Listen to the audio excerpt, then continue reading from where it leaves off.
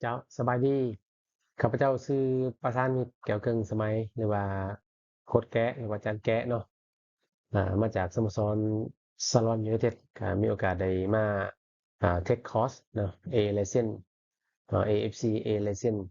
มื้อนี้จะมานำเสนอหัวข้ออ่าเอิ้นว่าเป็นเกมโมเดลเนาะเป็นทัสในคอร์สเป็นทัสที่หนึ่งเนาะ มื้อนี้มานำเสนอเกมโมเดลในหัวข้อที่ข้าพเจ้าใช้ชื่อว่า Total Attack เนาะข้าพเจ้าเป็นคนที่มักรูปแบบการเล่นเป็นทีมเนาะโดยเฉพาะแม่นการเล่นเกมบุกเนาะก็ที่จริงก็ทั้งบุกทั้งรับเนาะแต่ว่าตอนนี้สิขอโอกาสในการเล่นนำเสนอเป็นฟุตบอลโมเดลในแบบ Total Attack เนาะหรือว่าเกมบุกที่อ่ามีเอกลักษณ์เนาะคือว่าบุกเป็นทีมเนาะคันศัพท์ภาษาลาวเนาะ เดี๋ยวข้อเนี่ยเข้าสู่การนำเสนอเนาะโอเคขออนุญาตเริ่มจากการนำเสนอโปรไฟล์ของสโมสรหน่อยหนึ่งเนาะสลอนยูไนเต็ดของเขาก็เป็นสโมสรน้องใหม่อยู่ในการแข่งขันเป๊ปซี่ลีกหนึ่งในฤดูกาลล่าสุดคือ2025-2026ถือว่าเป็นปีทวีตของพวกเขากับเป็นปีที่ดีเนาะสำหรับสลอนเองเนาะกองเชียร์ของสลอนก็ถือว่าเป็นผู้ที่คลั่งไคล้แล้วเนาะในเกมฟุตบอลถือว่ามักชมมักเชียร์เนาะสำหรับคนสารวัตร สนามของเราก็เป็นสนามนาโคกสเตเดียมเนาะอยู่ที่เมืองแหละแขวงสารวัตรเลยเนาะอยู่ตัวเมืองสารวัตรเลยความจุของสนามประมาณ 3,000 คนและมัสคอตเป็นตัวสร้างเนาะสีประจำสโมสรเป็นสีสมเนาะ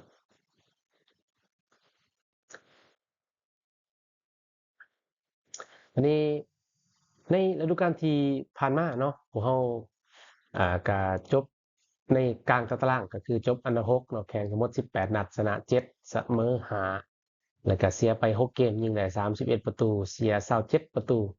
ประตูเฉลี่ยก็คือบวก4เนาะได้อยู่26คะแนนจบที่อันดับ6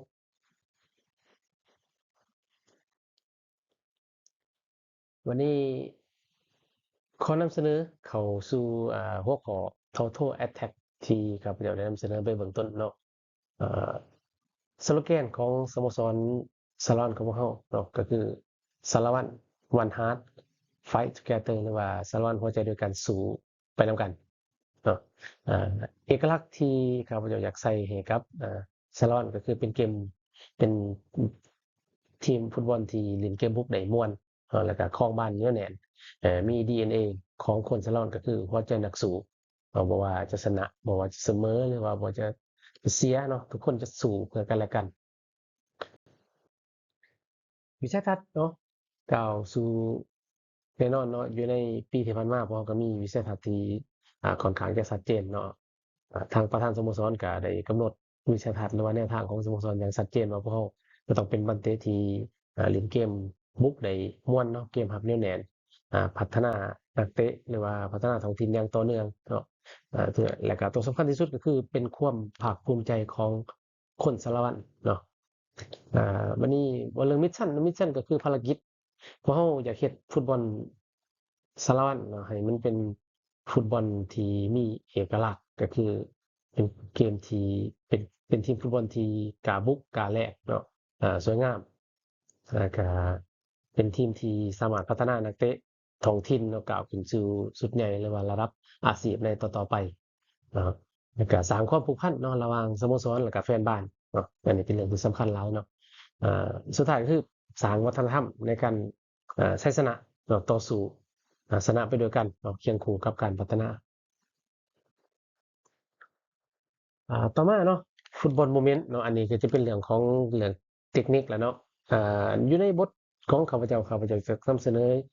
ฟุตบอลโมเมนต์หรือว่าช่วงเวลาของฟุตบอลนี่ทั้งหมดอยู่5ช่วงเวลาเนาะก็คือในช่วงที่มีบ้านในช่วงที่บ่มีบ้านในช่วง transition จากรับเป็นบุกช่วง transition จากบุกเป็นรับ แล้วก็สุดท้ายก็คือจังหวะเซตพีซเนาะก็สิมีรายละเอียดเนาะอยู่ในหัวข้อตัวอย่างว่าในการครอบครองบ้านเพราะก็อยากเป็นทีมที่ครอบครองบ้านครอบครองพื้นที่เนาะแล้วก็เสียบ้านให้น้อยหรือว่าการบุกก็คือบุกให้ไวเนาะแล้วก็ สุดท้ายก็คือลูกตั้งเตะเนาะลูกตั้งเตะก็คือเป็นข้าพเจ้าแนะว่ามันเป็นโอกาสในการสร้างประตูเนาะบ่เพียงแต่ว่าเป็นการเปิดเกมหรือว่าการขนาดต่างๆเนาะวันนี้มาเข้าสู่ระบบเนาะแน่นอนเนาะในฤดูกาลใหม่ที่กำลังจะเริ่มขึ้นเนาะ2026-2027พวกเราก็ได้มีการปรับเปลี่ยนตัวผู้เล่นเนาะก็มีปล่อยตัวออกไปก็มีคนใหม่ที่เข้ามาเนาะสำหรับปีนี้ก็ถือว่าพวกเรามีคุมกำลังที่ค่อนข้างจะแน่นสมควรเนาะเพราะว่าอ่าตัวเก๋าทีมชาติหรือว่าตัวทีมชาติปัจจุบันทีมชาติลาวก็ตกลงเข้ามาร่วมทีมเข้ามาร่วมเส้นทางกับพวกเราถือว่าหลายเนาะอยู่ในฤดูกาลนี้ก็ถือว่าหลายสมควรแล้วก็มีนักเตะต่างชาติเนาะพวกเราปีนี้ก็มีอยู่5คนเนาะนักเตะต่างชาติของเรา ระบบที่ข้าพเจ้าอยากจะนำใส่เนาะอยากจะเข้ามาเล่นก็คือ4-4-2เนาะข้าพเจ้าแนะว่าระบบ4-4-2เป็นระบบที่เข้าใจง่ายแล้วก็ทุกคนก็รู้หน้าที่อย่างชัดเจนเนาะเวลา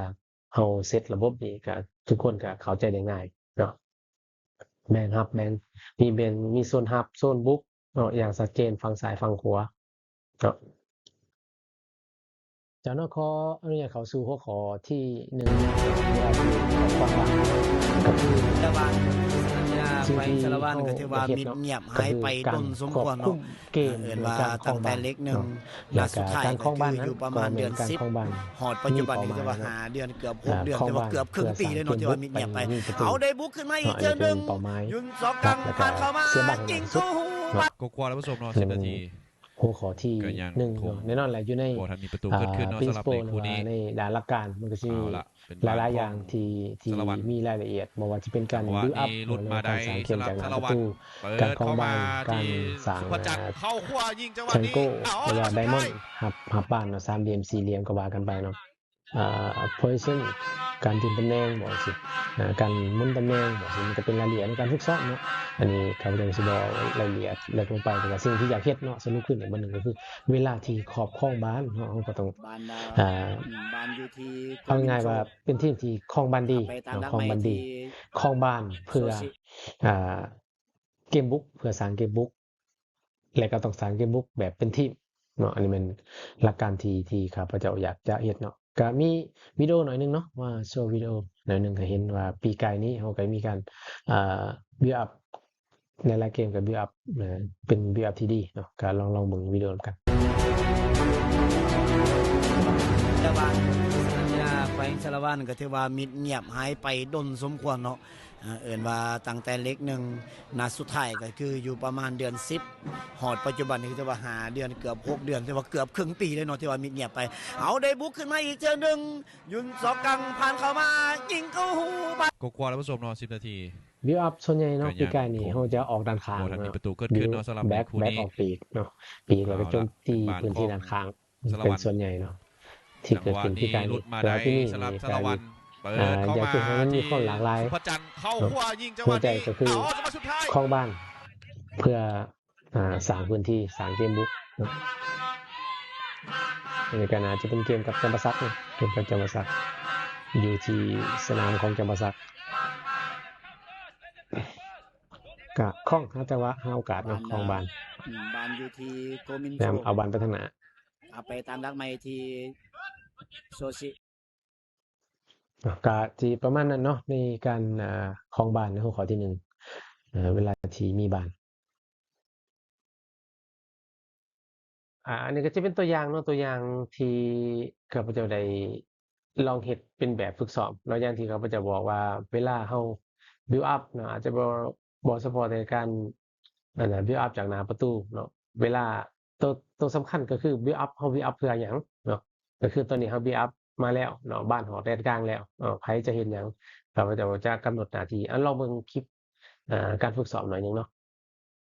เอาบ้านเสร็จอาจจะ build up มาแล้วหอแดนกลางเนาะหอแดนกลางอาจจะออกปีกหรือว่า build up มาแล้วก็ฮอดปีกเนาะก็มีการเคลื่อนที่ของผู้เล่นแล้วก็เข้าไปทำประตูเนาะการ build up ของข้าพเจ้าก็คือการ build up เพื่อเข้าไปทำประตูเนาะก็จะเป็นbuild up ในหลายๆหัวข้อเนาะในหลายๆคู่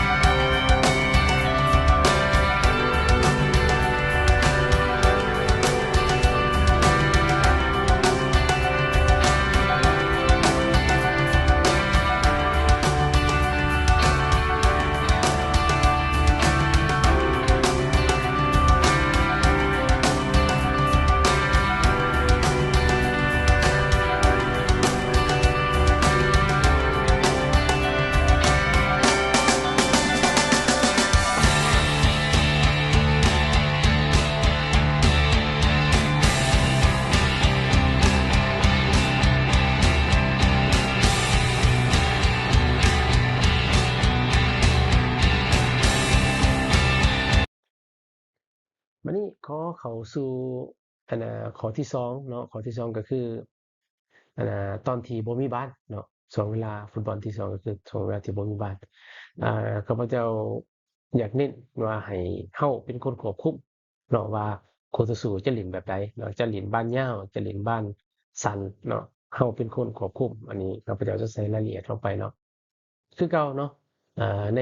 ตัวหนังสือสีดำมันก็จะเป็นรายละเอียดที่มันจะใส่มาอยู่ในการฝึกซ้อมบ่ว่าสิเป็นการ pressing เนาะเฮ็ดพร้อมกันหรือว่าป้องกันhalf space สนะบ้าน1สนะบ้าน2อันนี้ก็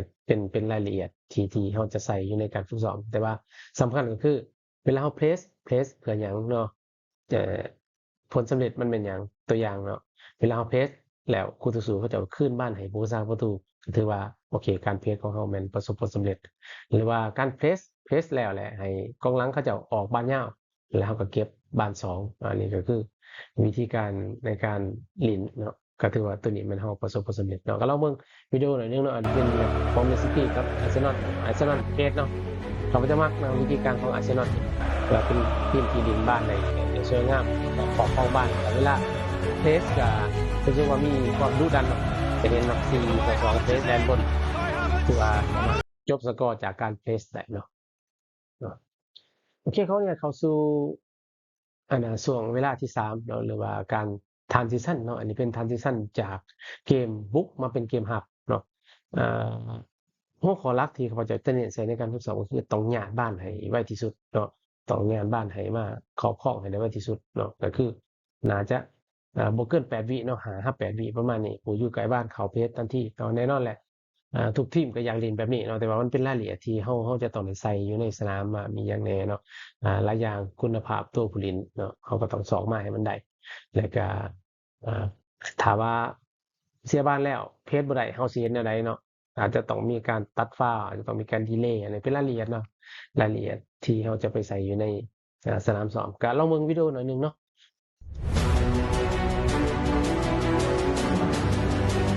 ได้บานครับพี่ได้ ก็ในฤดูกาลผ่านมาเนาะบ่ จุ เฮา ด ก็ ประสงค์เสียบานกลางส ค่อน นาม ข้างว่าได้ผ บิล ล ลี่ สำเร็จ พยายามหนีออกมาบิลลี่ เสียบ้านเขาก็พยายามไล่บีบเอา ออกบานมาแต่ว่ามาเข้าทาง แล้วจนผู้ตัดสินท้ายบ้าน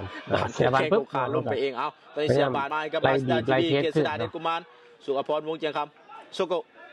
จิโนตอนนี้สารวัตรพยายามจะไล่เพจแดนเทิง แล้วอันนี้ก็เป็นหัวข้อการย้ายบ้านขึ้นให้ไวที่สุดนะว่าข้อที่3ตอนที่เฮาเปลี่ยนจากเกมบุกเป็นเกมรับหัวข้อที่4เนาะหัวข้อที่4การเปลี่ยนจากเกมรับไปเป็นเกมบุกเนาะแน่นอนแหละ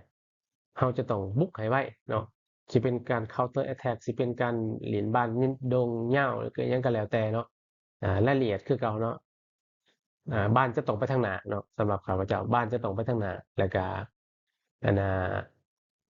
ต้องให้กองหน้าแล่นเนาะต้องให้ผู้เล่นคนที่3คนที่4แล่นเนาะบุกพร้อมกัน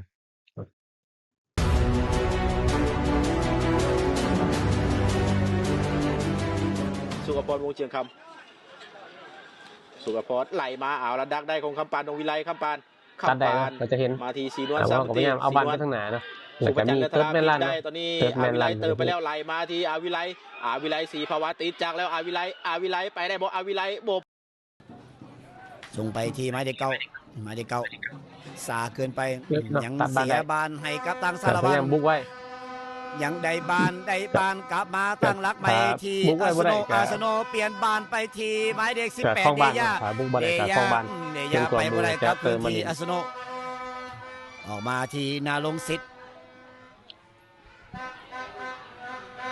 จะสร้างโอกาสเนาะคลองบ้านเพื่อสร้างโอกาส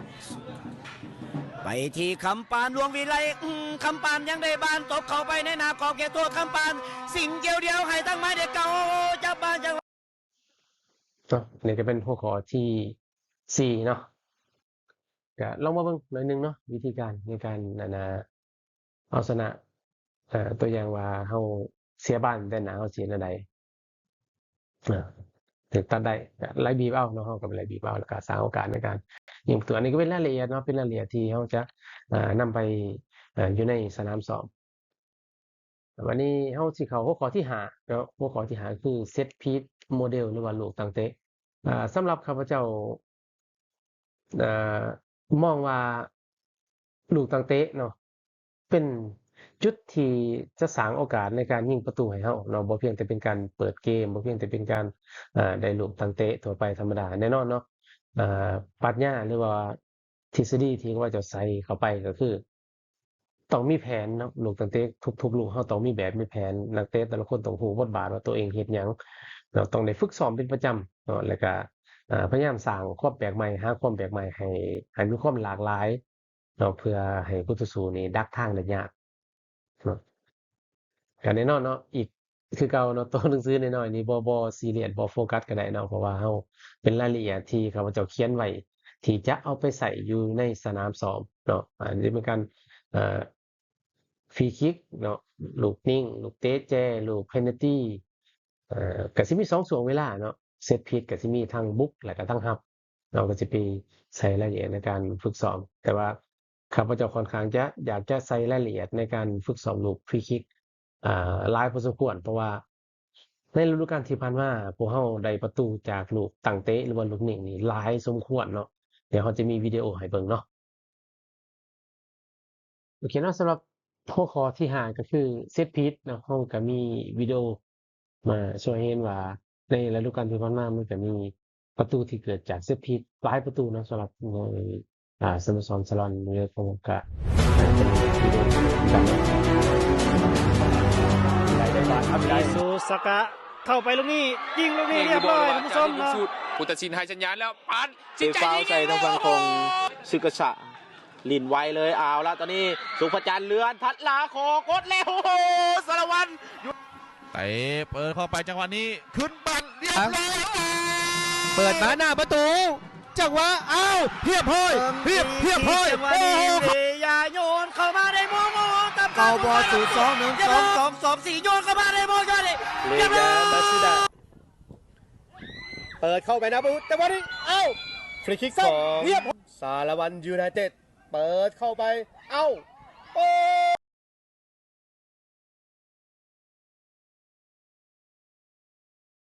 เนาะก็ประมาณ10ประตูเนาะที่มันเกิดขึ้นในฤดูกาลที่ผ่านมาว่าได้จากลูกตั้งเตะเนาะแล้วเนาะก็ข้าพเจ้าขอสรุปหน่อยหนึงเนาะในหาหัวข้อที่เว้ามาก็คือ อันนี้เป็นคีย์เนาะคีย์เวิร์ดหรือว่าเอ่อกุญแจสำคัญของหัวข้อ Total Attack ที่ข้าพเจ้านำเสนอเกมโมเดลของข้าพเจ้าเนาะก็คือ1เนาะสรุปก็คือการครอบครองบ้านเนาะ2ก็คือการครอบครองพื้นที่3ก็คือบุกด้วยจำนวนตัวผู้เล่นเนาะ4ก็คือการรับด้วยการ pressing เนาะญาติบ้านคืนมาให้ไวแน่นอนสุดท้าย2อย่างก็คือบุกต้องบุกพร้อมกันเนาะรับต้องรับพร้อมกันอันนี้มันข้าพเจ้าสรุปมาอยู่ในทฤษฎีหรือว่าในวิธีการฟุตบอลโมเดลของที่ข้าพเจ้าอยากเฮ็ดเนาะก็จะมีสโลแกนหน่อยหนึงเนาะก็คือครองบ้านยังมีเป้าหมายบุกอย่างกล้าหาญ press ดุดันแล้วก็ชนะไปนำกันเนาะวันนี้มาเว้าถึงนักกีฬาเนาะต้องมีคุณสมบัติแนวใดแน่เนาะที่จะเล่นในฟุตบอลโมเดลTotal Attack ของข้าพเจ้านี้ก็แน่นอนเนาะก็เทคนิคเนาะเทคนิคต้องดีมีความเข้าใจแท็กติกมีสภาพร่างกายดีมีความฟิตเนาะแล้วก็เป็นเล่นเป็นทีมเวิร์กมีภาวะผู้นำเนาะแน่นอนทุกโค้ชหรือว่าทุกทีมอยากได้นักเตะแบบนี้อยู่ในทีมอยู่แล้วเนาะแต่ว่าสำคัญที่สุดเนาะสำหรับที่ข้าพเจ้าให้น้ำหนักก็คือ play for สารวัตรก็คือต้องเล่นเพื่อทีมเนาะต้องเล่นเพื่อทีมอันนี้เป็นหัวใจหลักเลยของที่นักเตะข้าพเจ้าจะต้องมีเนาะโอเคหัวข้อต่อไปที่ข้าพเจ้าอยากจะเว้าถึงก็คือการฝึกซ้อมเนาะแน่นอนเนาะการฝึกซ้อมจะต้องมีอันball mastery เนาะมี rondo มี positional play มี build up มี pressing transition เนาะ combination play finishing เนาะ small size แล้วก็เกมใหญ่อันนี้ก็เป็นการฝึกซ้อมที่ปกติอยู่แล้วเนาะอยู่ในบทฝึกซ้อมหรือว่าใน ทุกเซสชั่นของครูฝึกก็ต้องมีอยู่แล้วเนาะแต่ว่าที่ข้าพเจ้าอยากเน้นก็คือบทฝึกซ้อมซุมนี้จะต้องได้ควบร่วมไปถึงทีม Academy ซึ่งข้าพเจ้าจะบอกในหัวข้อต่อไปเนาะสำหรับ Academy เนาะอันนี้ก็เป็นสิ่งหนึ่งที่ข้าพเจ้าอยากจะให้ความสำคัญหรือว่าให้น้ำหนักนักไปเนาะทีมชุดใหญ่เนาะปัญญาของเราก็คือต้องสร้างนักกีฬาจาก Academy ปั่นขึ้นสู่ทีมชุดใหญ่ให้ได้เนาะเพื่อสร้างมูลค่าให้สโมสรเนาะแน่นอนทุกๆสโมสรนี่ข้าพเจ้าคิดว่าอยากจะต้องมีโมเดลตัวนี้อยู่ในทีมแต่ว่าเฮาสิเฮ็ดแนวใดให้มันเป็นระบบเดียวกันเนาะเป็นสแตนดาร์ดเดียวกันก็คือการฝึกซ้อมนับตั้งแต่ U10 U12 13 15 16 19จนฮอดทีมชุดใหญ่ต้องมีปรัชญาแล้วก็วิธีการซ้อมอันเดียวกันเนาะเพื่อเฮาจะสร้างนักเตะเหล่านี้ก้าวขึ้นเป็นทีมชุดใหญ่ให้ได้เนาะก็คือลงลึกรายละเอียดหน่อยนึงเนาะแหละเนาะอายุยังน้อยโอเคต้องฮักฟุตบอลก่อนเนาะแล้วก็ซ้อมเทคนิคเนาะ10 12นี่มันสอนเทคนิค13 ปีอาจจะมาเริ่มมีความเข้าใจเกมเรื่องเกมบุกเกมรับเล็กน้อยเนาะ16 19โอเคอาจจะมีเรื่องการ pressing การ counter attack การเอาชนะต่างๆเนาะสุดท้ายก็คือทีมส่วนใหญ่เนาะก็ต้องมีการวัดผลเนาะหรือว่า performance ที่แสดงออกให้เห็นเนาะ intensity เนาะชัยชนะแล้วก็การพัฒนาเยาวชนเนาะอันนี้ก็คือต้องสิ่งที่แสดงออกในการพัฒนาเยาวชนที่ข้าพเจ้าอยากเฮ็ดเนาะโอเคอันนี้แน่นอนเนาะเฮามีระบบเฮามี process การฝึกซ้อมอิหยังต่างๆเนาะเกมโมเดลที่บอกมาเนาะสิเป็นการครอบครองบ้านสิเป็นการชนะไปนำกันบุกพร้อมกันรับพร้อมกันอิหยังก็แล้วแต่ข้าพเจ้าคิดว่าสิ่งที่สำคัญอีกอย่างหนึ่งก็คือต้องมี key performance เนาะ key performance ก็คือ key performance indicator หรือว่า KPI นี่แหละเนาะเอาง่ายๆก็คือตัววัดผลเนาะตัวสิเฮาสิวัดผลได้แนวไหนเนาะในสิ่งที่เฮาวางแผนมาก็คือข้าพเจ้ายกตัวอย่างขึ้นมาหน่อยนึงเนาะก็คือต้องมีเปอร์เซ็นต์กับของบ้านเนาะ50-60% ต่อเกมอย่างบ่บุรุษแล้วก็มีเปอร์เซ็นต์การผ่านบ้านสำเร็จเนาะการสร้างโอกาสยิงประตูเนาะการย้ายบ้านขึ้นเครื่องสนามเฮาเฮ็ดได้ส่ำใดเนาะต้องเพิ่มขึ้นเนาะจำนวนตัวนี้แล้วก็การ counter press เด้เนาะเฮาญาติบ้านสนามได้เพิ่มขึ้นบ่เนาะแล้วก็ลูกเซตพีซเนาะเรื่องแต่ว่าแม่นแต่ลูกเซตพีซเองเนาะที่เฮาวางแผนการฝึกซ้อมมาต้องวัดผลได้เนาะเมื่อท้ายฤดูกาลหรือครึ่งฤดูกาลต้องมีการวัดผลได้ว่าเพิ่มขึ้นบ่จากฤดูกาลที่ผ่านมาหรือเฮาต้องเฮ็ดจั่งใดให้มันตัวเลขซุมนี้มันเพิ่มขึ้นเนาะหรือการเสียประตูจากเซตพีซจังซี่เนาะก็ต้องมีตัวสีวัดหรือก็แม้กระทั่ง Academy ที่เฮาบอกกันว่าอยากจะสร้าง Academy เป็นระบบก็ต้องมีการชี้วัดเนาะเฮามีบ่Academy ของเฮาดันขึ้นไปเล่นชุดใหญ่เนาะอย่างน้อยก็ต้อง 2-3 คนต่อฤดูกาลเนาะแล้วก็อันสุดท้ายก็คือนักเตะทุกคนนี่มันเข้าใจบ่ DNA ของเขาเนาะความเป็นนักสู้ความกระหายเล่นเพื่อทีมมันมีบ่เนาะอยู่ในเกมโมเดลที่เฮาจะให้มันเกิดขึ้นเนาะอันนี้ก็คือเป็นตัวชี้วัดเนาะอาจจะเป็นหัวข้อท้ายๆละที่ครับเจ้าอยากนำเสนอมาแล้วเนาะก็ใกล้จะสิ้นสุดแล้วเนาะสำหรับบทพรีเซนต์ของเราอันนี้ก็เป็นวิดีโอที่ข้าพเจ้าก็รวบรวมมาเนาะผลงานในฤดูกาลที่ผ่านมาของเราว่ามันเกิดขึ้นหยังขึ้นแน่แล้วก็บรรยากาศต่างๆเนาะในฤดูกาล2022-2023เป็นที่ผมก็ขึ้นเกมมาสารวันยูไนเต็ดขึ้นมาทั้งแจขวาตัดเข้าในเอาละสปีดบาลหมายเลข2สารวันยูไนเต็ดจังหวะนี้โคมิเนซุเอะเปิดมาสารวันยิงเพียบห้อยโอ้โหเป็นประตู ดินบันไว้ลูกนี้เปลี่ยนแกนมาทางสีนวลตวัดขึ้นหน้ามาสุดพระจันทร์เก่าจังหวะนี้เรียบร้อยท่านผู้ชมเนาะตีเสมอทั้งสโมสรบันเตสวรรณเขตเนาะในนาทีที่36เนาะมาเบิ่งจังหวะพับซ่าท่านผู้ชมเนาะเป็นผู้เล่นหมายเลข5เนาะสรพงษ์เปิดยาวขนาดมาสุกษาจับได้แล้วตวัดเข้าไปสุสกะเข้าไปลูกนี้ยิงไปเรียบร้อย สวัสดีเนี่ยจะได้จังหวะนี้เอาฟาวได้ กียรติทวีศักดิ์ไปฟาวล์ใส่ทางฝั่งของซึกษะลินไวเลยเอาละตอนนี้สุภจันทร์เลือนพัดลาโคงกดเร็วโอ้โหสารวัตรอยู่ในเต็ดทีมเยือนออกนำ จารินลูกสูตรผู้ตัดสินให้สัญญาณแล้วปานสินใจยิงอีกแล้ว เบิ้งพื้นจังหวะนี้ถูกอาจารย์เลื่อนเวลาประกบโบขาดหมายเลขสี่ทางด้านสวนวิไลเพชรเรียงศรีเนาะโปร หวังยาวมาที่คำปานขอขึ้นมาคำปานจังหวะนี้จับบาลลั่นไปเข้าทางสลิมไซแต่ว่ายังเป็นสารวัตรที่ว่าได้บาลเอาแล้วบุกขึ้นมาของสารวัตรได้ยิงติดบล็อกจังหวะนี้เอาได้ไล่มายิงจังหวะนี้เอาเงียบพอแล้วท่านผู้ชมประตูทำอิฐคือเกินขึ้นแล้วจากนักกีฬาหมายเลข เปลี่ยนออกมาทางขวาส่วนหลายจะเป็นผู้เล่นของชาวญี่ปุ่นเนาะสารวัตรชักเข้ามาจิ้มกระดุกแล้วลูกนี้ยิงบุญไซทั้งเรียบร้อยลูกนี้ขึ้นโอ้เข้าไปแล้วนะโก้ในนามที่ว่าเป็นคนหลวงน้ำทาเนาะสาวหลวงน้ำทามาชมมาเชียร์ก็ต้องเป็นหลวงน้ำทาเนาะเยี่ยม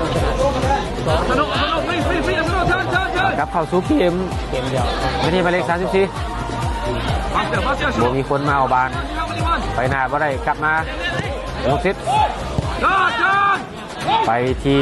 โคสุเกะล็อกเข้าครัวแล้วอนุรักษ์บังใช่บริษัทสารวัตรนี่ได้บานยกออกไปทางดีกว่าดวนกับคุณวังแล้วบานทีมตัดหลากหลายมาเข้าทางบริษัท35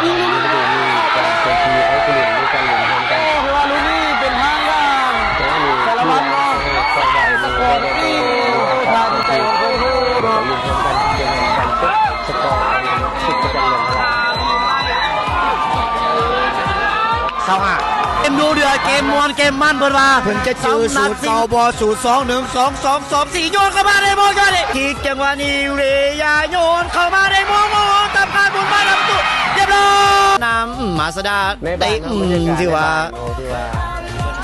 ของบานได้ดีกว่านอกผ่านมา4 นาทีมาสดาบานจังหวะนี้ครับโอ้โหกันสุภจันทร์เดือดราวิไลให้ครับสุภจันทร์บานลุกเข้าไปสุภจันทร์โอ้โหบานสุดท้ายเรียบร้อยคำปานโยนเข้ามามงสกัดออกมานาลงศิษย์โยนเข้ามาอีกเท่านึงบานยังอยู่ที่นากอเกโทษบานบุญไปแล้วเอาเลยเรียบร้อยโอ้โหสารวันได้ประตูขึ้นมาตีเสมอไปแล้ว1 ประตูต่อ 1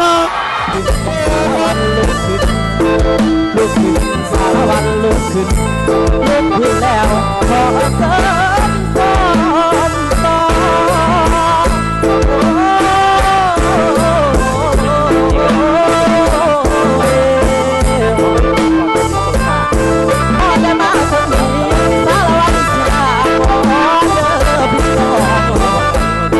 ส่งเสริมการท่องเที่ยวเนาะก็คือ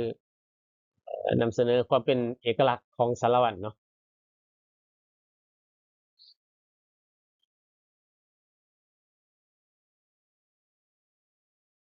เจ้าก็มาฮอดนี้ที่ว่าการนำเสนอของข้าพเจ้าก็ถือว่าสิ้นสุดลงเนาะถ้าสุดนี้ก็